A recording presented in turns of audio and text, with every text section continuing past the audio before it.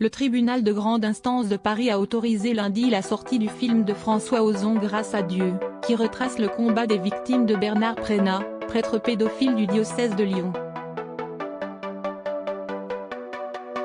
Pourtant, la sortie du film mercredi dans les salles de France n'est toujours pas assurée.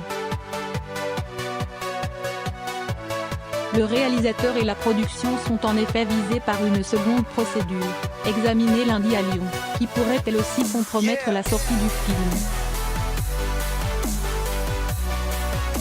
La procédure en référé n'émane pas du père Prénat, mais de Régine Maire, une bénévole laïque qui faisait profiter le diocèse de Lyon de ses connaissances en psychologie en tentant des médiations entre des personnes en délicatesse avec l'Église et le diocèse. Dans le film, on la voit rencontrer une victime du père Prénat, écouter son histoire et chercher des solutions à son malaise. Celles-ci prendront la forme d'une rencontre organisée entre la victime et son ancien bourreau au cours de laquelle le père Prénat reconnaît effectivement les agressions sexuelles. Pseudonyme. Régine Maire faisait également partie des 6 personnes citées à comparaître en janvier dernier pour non-dénonciation d'agressions sexuelles sur mineurs et omission de porter secours à personne en péril. La décision du tribunal correctionnel de Lyon, dans cette affaire surnommée le procès Barbarin, est attendue pour le 7 mars.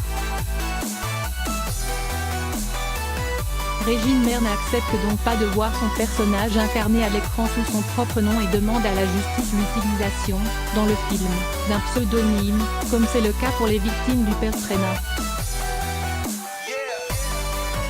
Celle que l'on voit à l'écran n'est pas la Régine Maire que je connais, a plaidé lundi son avocat, Xavier Varanian. Dans le film, elle est dépourvue d'empathie.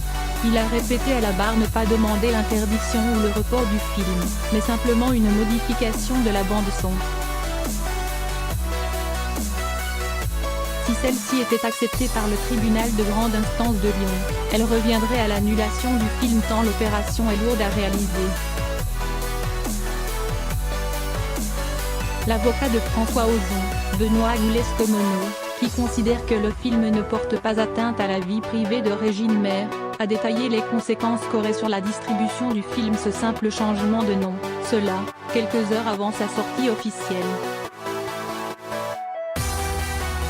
Le film a déjà été livré à 309 salles de cinéma en France et cette modification de nom entraînerait sa mort pure et simple, a-t-il expliqué.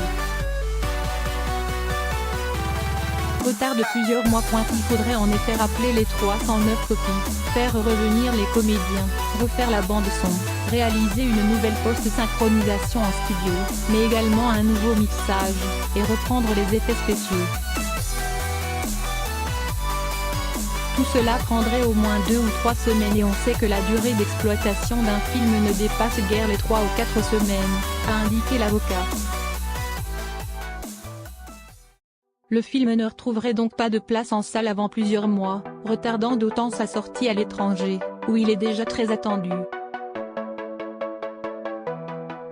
Et sans compter les frais engendrés par ce contretemps, à savoir, selon maître Benoît Agoulès-Comonneau, 120 000 € pour les modifications, et 1,5 million d'euros pour la promotion du film. Sans compter également les pertes d'exploitation pour les salles. La décision sera rendue mardi à 17 h.